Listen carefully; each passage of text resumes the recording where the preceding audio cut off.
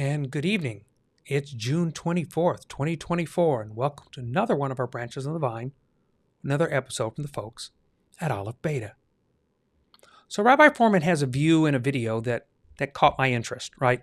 But also that the video ties together the stories of the wilderness and the garden. The title of the video is Where It All Went Wrong, and yes, we can already think about how that might connect, and yet I think there's more. Maybe twice. So, welcome this evening to another interesting episode from Aleph Beta, Where It All Went Wrong, tonight on TheDustyFeet.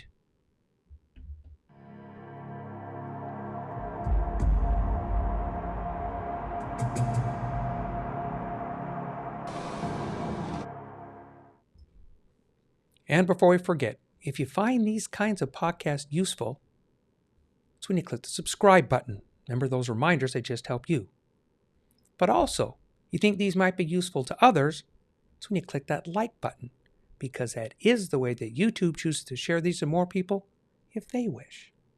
So, let's take a peek at the video, then we can discuss a few things that might come up, see what we see. Enjoy. Hi everybody, this is Rabbi David Fohrman, and welcome to Parshat Balotcha. You are watching Aleph Beta. This week's Parsha marks a kind of turning point in the book of Numbers, between the good times and the bad times. The bad times reach a kind of climax in Parshat Shlach just a little bit later on in this book, when God decrees that an entire generation, they will die in the desert, they will not live to see the land, only their children will come and inherit the land. We'll be looking at the sin of the spies next week. And I want to suggest to you that to really understand the loss of this entire generation, you have to look at this week's Parsha Balotcha, because this is where it all begins to unravel. Everything goes really, really well, and then there's a tipping point, where after that it's all bad times. So the actual tipping point seemed to be these verses that describe how the ark would travel before the people. Vayehi bin Aaron, when the ark would travel, the ark was meant to be the force that would go before the camp that would help Israel conquer the land. They were preparing to go. They were only 11 days away. 11 days journey by foot to the land of Israel, when those 11 days became 40 years. What happened at that point to begin this terrible slide towards disaster? The text says, Vayehi ha'am k'mit onanim, ra ba'oznei Hashem. The people were like complainers. It was evil in the ears of God. Now let's examine this carefully. These complaints that the people lodged with Moses against God, they started off as just amorphous mumblings, but then they coalesced into something. A rejection of the manna, bread delivered directly to man, made by God. The people say, Nafshini Vesha, our souls, we feel all dried out. Ein kol, we have nothing, bilti elamana inenu, except for this manna. Now let me ask you something. Does that remind you of anything? Was there ever another time in biblical history when God provided food directly to human beings? When human beings rejected the food that God had made for them? You see, back in the garden, God had provided food for man. He had provided all of these trees and allowed man to partake of the fruits of any of them, with the exception of one tree, the master's own tree, the tree of knowledge of good and evil. What happened in the garden is that we rejected that gift. God was holding out special food made by God just for us, and we didn't want it. We wanted control over the garden, to pretend that we were master of the garden. The only tree that mattered for us was the master's own tree. When we indicated to God that we wanted control over our food sources in that way, we didn't want gifts, we wanted to own the whole refrigerator, as it were. So God said, look, if that's the way it is, if you really want ultimate control over your food, by the sweat of your brow you shall make bread. Bread is the original processed food, the original man-made food, as opposed to God-made fruit.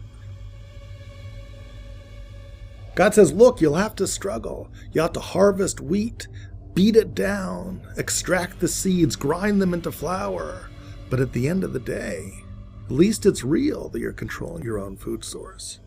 And with that, we were exiled from the garden, the special place where God offered us his precious trees. God sets up 2 cherubs, 2 kruvim, these angels, at the entrance of the garden to make sure that we will never find our way back there. But then, one day, that changed.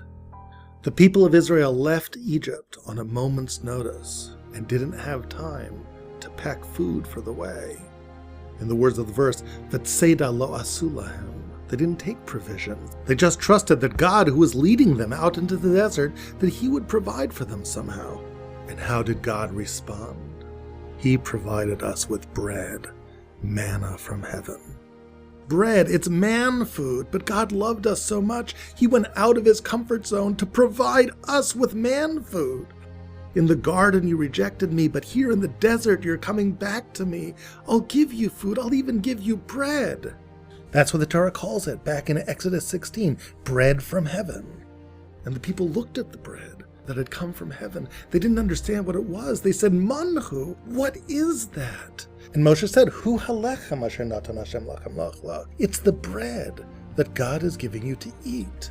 It's a paradox, an oxymoron, bread from heaven. The rejection of God back in the garden was redeemed by the acceptance of God, as we followed him into a desert, the opposite of a garden, without taking food of our own. Indeed, the zenith of the good times in the desert is when the ark travels before us, only 11 days away from the land of Israel, ready to help usher Israel into the land. The ark was adorned by 2 cherubs, 2 kruvim, the same angels that kept us away from God's special garden would now bring us to God's special land. But alas, just after this moment, the dark specter of the tree of knowledge returned to cast a shadow once more when we rejected the manna. We rejected that great gift that was designed to heal the wounds of the garden. Indeed, if you look carefully at the verses and numbers that surround the story of the ark, you will find a hint to the darkness of the tree of knowledge. Right before that zenith moment, you'll find the word tov, good, appearing over and over and over again. And then, right after that moment of the ark's travels, you'll find the word ra, evil, appearing over and over and over again. Tov and ra. It's as if there's this tree of knowledge of good and evil, casting a dark shadow over the whole story that follows. In that following story, the people reject what God had provided for them. And one more time, as it did in the garden, death. A whole generation would perish. How did it come to be? Why did the people reject this great gift of heaven-made bread? Let's look at the very first mention of the word Ra in that chain of Ra's. Vayehi ha'am kimit onanim Ra ba'azni Hashem. And the people were as complainers. Well, what does that even mean? They were almost complaining. Well, on a certain level, that's understandable that they weren't actually complaining. They were on their way to the land. It was all taken care of for them. They had the manna. God was leading them with the ark.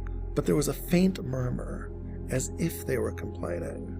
Mit onanim. It actually might mean something else. A little bit different than complaint, the way most translations translate it. Mit onain is the hitpa'el form of the word onain, a word that in Hebrew also signifies mourning.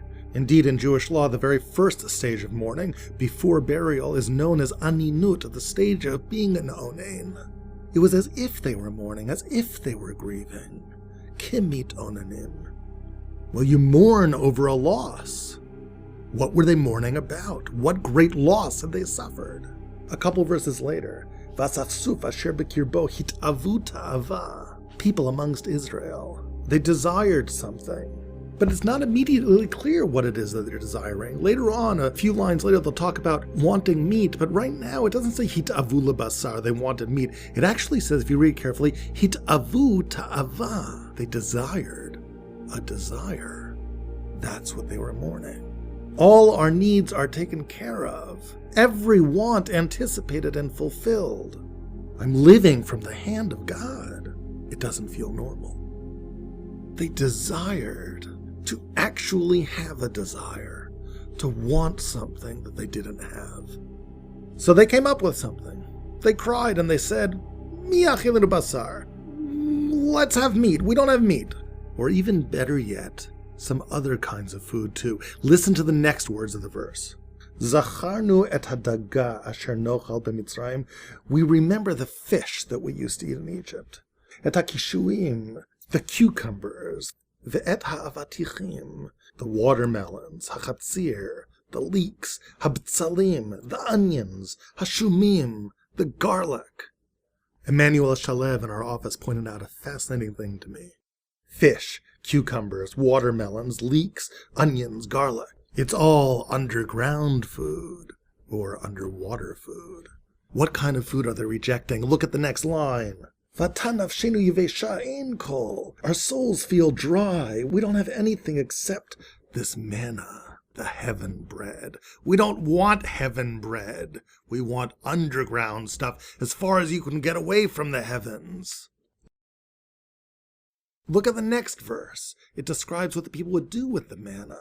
Shatuha amvlaktu. The people would go about, they would gather it, but then, instead of eating it directly, tachnu berechaim, they would grind it in mills, odachu b'mdocha, beat it with a mortar, bishlu, they would bake it. Asu oto ugot, they would try to make it into cakes.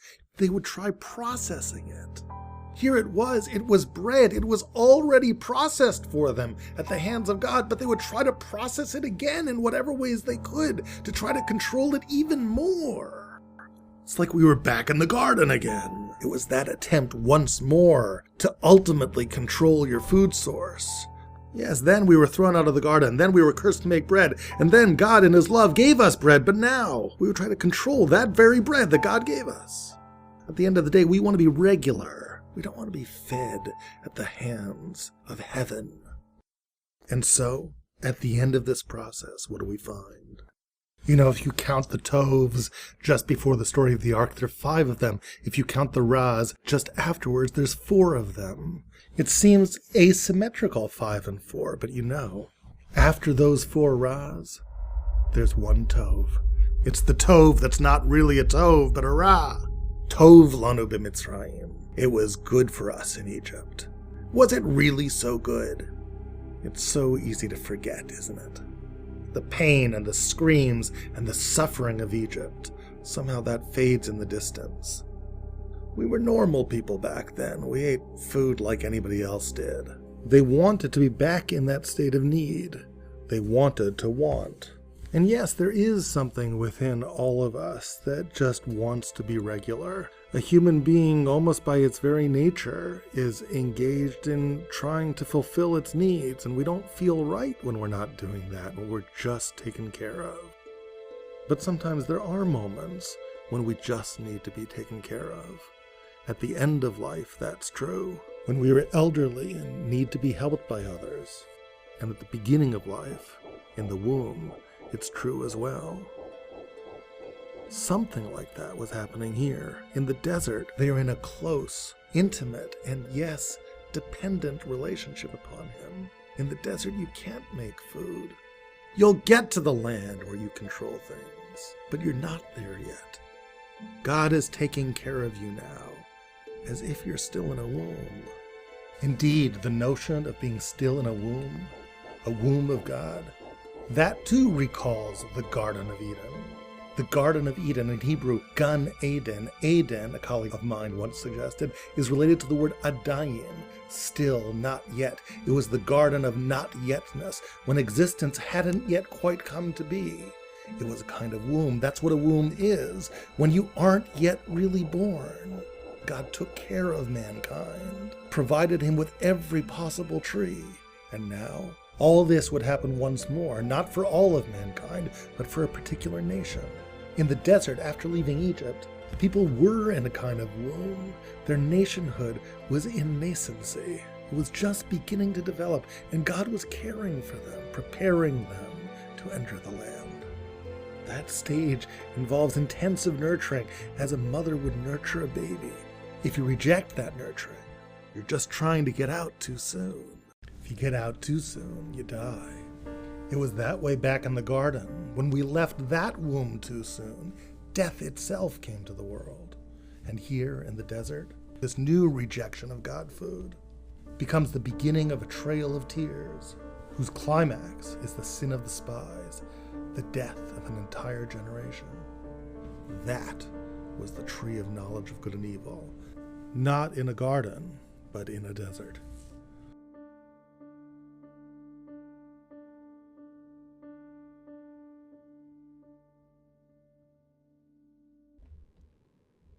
So there are a few things that came to mind as I was listening to this video teaching. And the thoughts, for me, they wrapped around just the bread. And that alone caused me to stop and think, right? Bread. It's an interesting point because when you look at the account, right, as in post-garden Genesis, that bread's now going to be a part of the way of life. But bread, this is new, right? And to be fair, maybe we're so used to seeing things the way they are now that we miss the impact of something as simple as bread. As the rabbi points out in the video, bread is the first processed food, right? It's mentioned as part of the way of life after they are expelled. Because you don't plant bread, you don't pick bread, you don't harvest bread.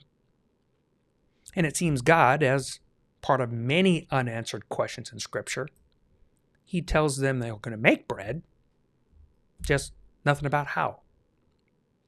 Again, it's interesting because, like everything else, the fruit in the garden, all those tree and plant-based foods, all of those are just readily available. I mean, all you do is just pick and eat, right? But bread is long and laborious. Bread takes time, takes seasons, it takes work, it takes labor, it takes the sweat of your brow. Skip that there's no mention of recipe, cooking instructions, much less the way to cook it, even fire. But growing, harvesting, threshing, grinding, mixing, preparing, cooking, yep, that certainly fits the sweat of your brow, part of the way of life. And that's just bread. Yet that's what God expects. We just don't get the details. Remember, this is a look back on the folks that were in the wilderness. This is not a live wilderness story. This is them looking back and the story about those looking back, right? Because they hear the story of the garden, and in that, God mentions bread. And the story of just a few generations before them, they knew that other bread story, the manna story. They knew it all too well. They know the story of the manna in the wilderness. This is God's bread. It's in the ark.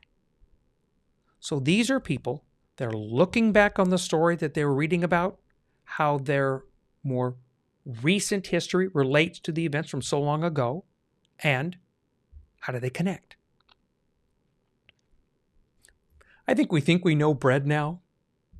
I think so much so that for the vast majority of us anyways, honestly, the sweat of the brow of bread is getting back into the hot car after shopping and waiting for the air conditioner to catch up to cool things off.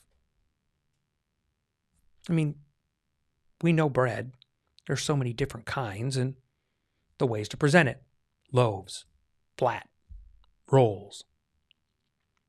Yet I'll bet we probably never really thought about bread and the connection to the garden and the wilderness. There are no stories about Adam and Eve, right, Hava, asking God for instructions for bread. We never get a mention of fire. To be real, we don't really ask questions like that now, but for them, those who were shared these series of scrolls that we call Torah, those passed down from Moses, right, Moshe, this bread connection's real.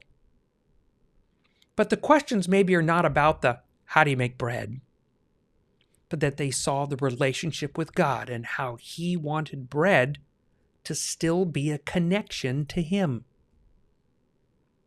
Yes, bread making was a post-garden event. But all of what it took, the soil, the seed, the animals to aid in the harvest and the milling, maybe even the tools to work the field, all of it, including the sun and the rain for growth, all of it still provided by God for them.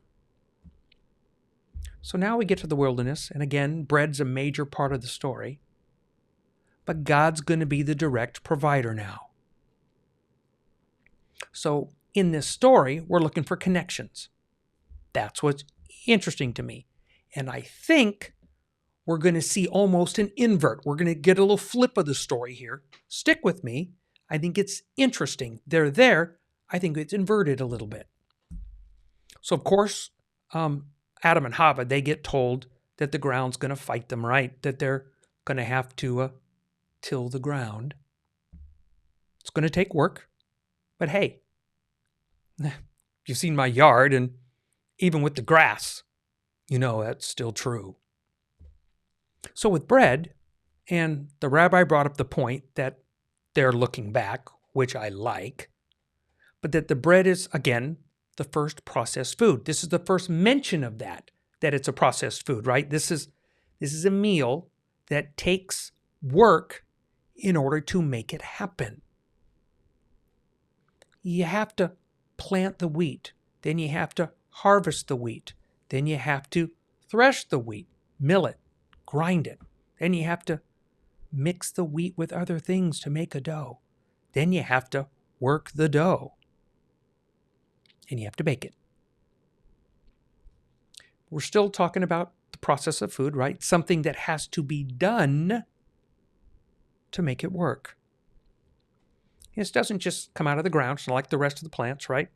It doesn't grow on a tree or a bush.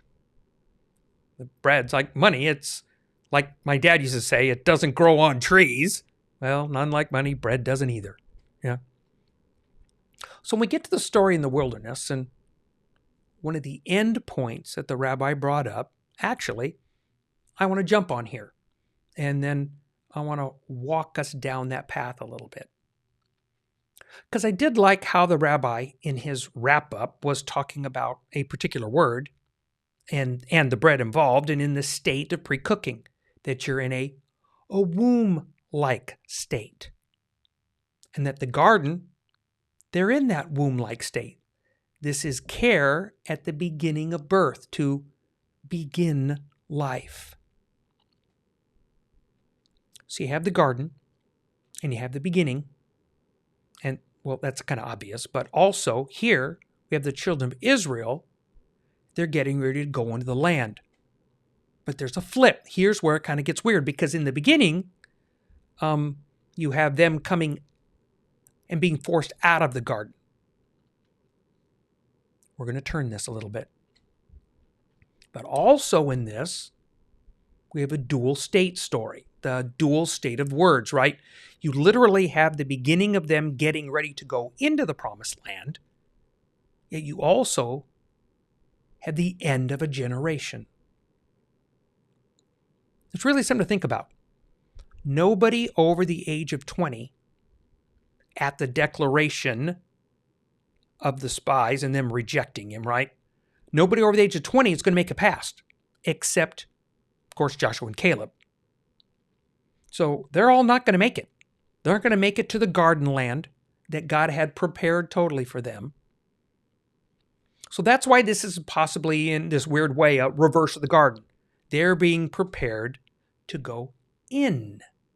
This is a land prepared by God for them to enter. You know, we see that in the choice they make to not listen to God again. There's twice, right?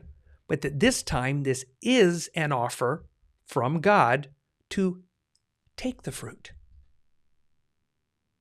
They turn it down. Because that report back from the spies that, they scoped out the land, and what they brought back, well, is pretty special.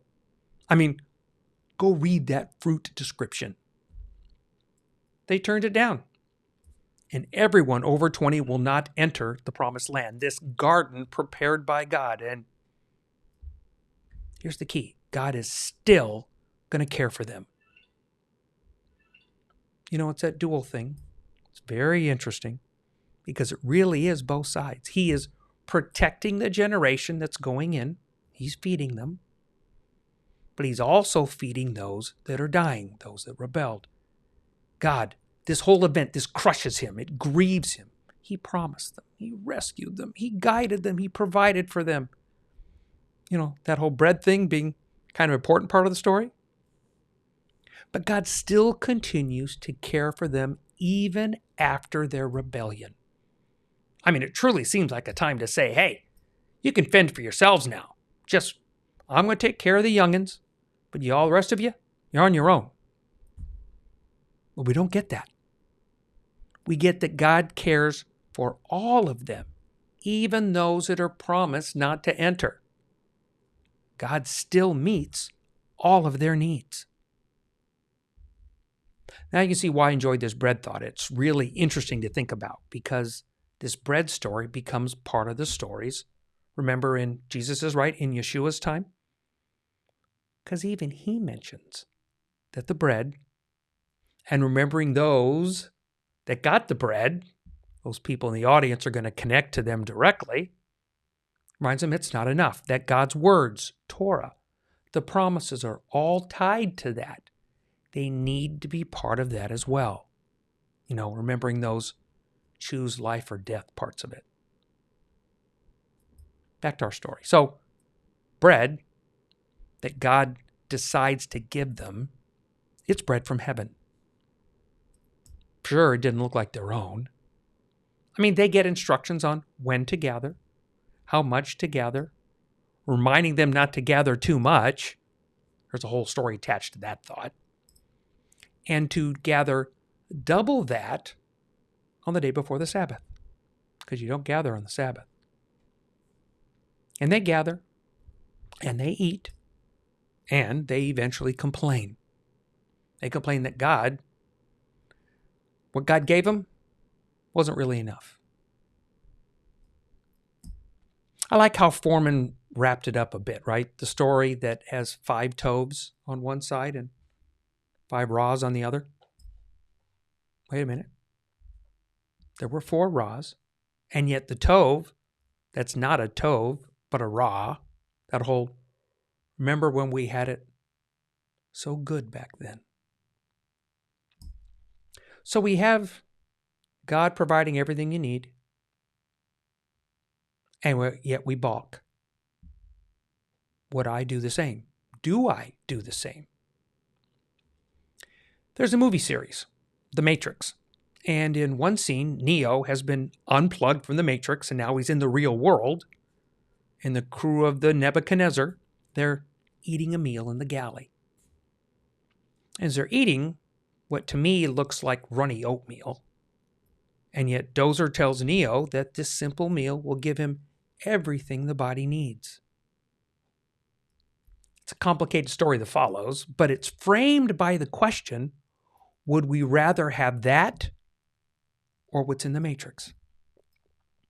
Cypher sure does, but at what cost? So now this, our story here, this is that story on steroids, because this really is all that they will need, all that will sustain them in the wilderness. That, and water, of course. There's more stories that surround that as well. So, but would that be enough for us? Is that really enough for us? Because we still have to deal with the questions that arise from the title of this video, right? Where did it all go wrong, right? Because the real issue in the story is not the bread. It helps us get there. It makes us look at our choices to see the choices, our choices to believe God. You know, it sounds almost like, did God really say that? Did he really mean that? Will it really do that? Bread just ties the stories together. It reminds us of the choices they made. And as we hold a mirror, the choices we make. Okay, I'm going to go down a direction that I'm not the biggest fan of, but after one chooses to follow God in the churchanity side of things, we hear the phrase saved, right? I don't have time to unpack all of that. But inside of that are the change our behavior questions. And then sometimes that same phrase comes up, like in the Manna Rebellion. Remember when?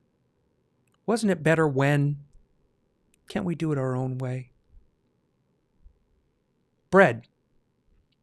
Remember, it's but a connector. The real issue is choice. I like the imagery picture that Emu Shalev pointed out to Rabbi Fohrman, right? That the food choices were all under food, right? Underground, underwater. Because imagery in a story, it's not just the raw words. They do more to connect. Because remember, bread, it's not a curse from the garden. It's a reminder. This is how it will now be. And that God said, I will give you all the things you need. But now they're just going to be more expected of you. This is a consequence and a reminder. And yet in the midst, remember, I'm still the provider of it all. Where it all went wrong. Twice. Even with the mirrored, reversed stories in a sense. Because we're told, and then we're reminded of these stories, and Jesus, Yeshua, right, he brings them up again. I don't think it was for old time's sake. Because then he asks them and us to make better choices, to listen to God, to take him at his word. Then maybe the answer just might be yes. He did really say that. So, thanks again for being with us tonight, and shalom, shalom to you all from the Dusty Feet.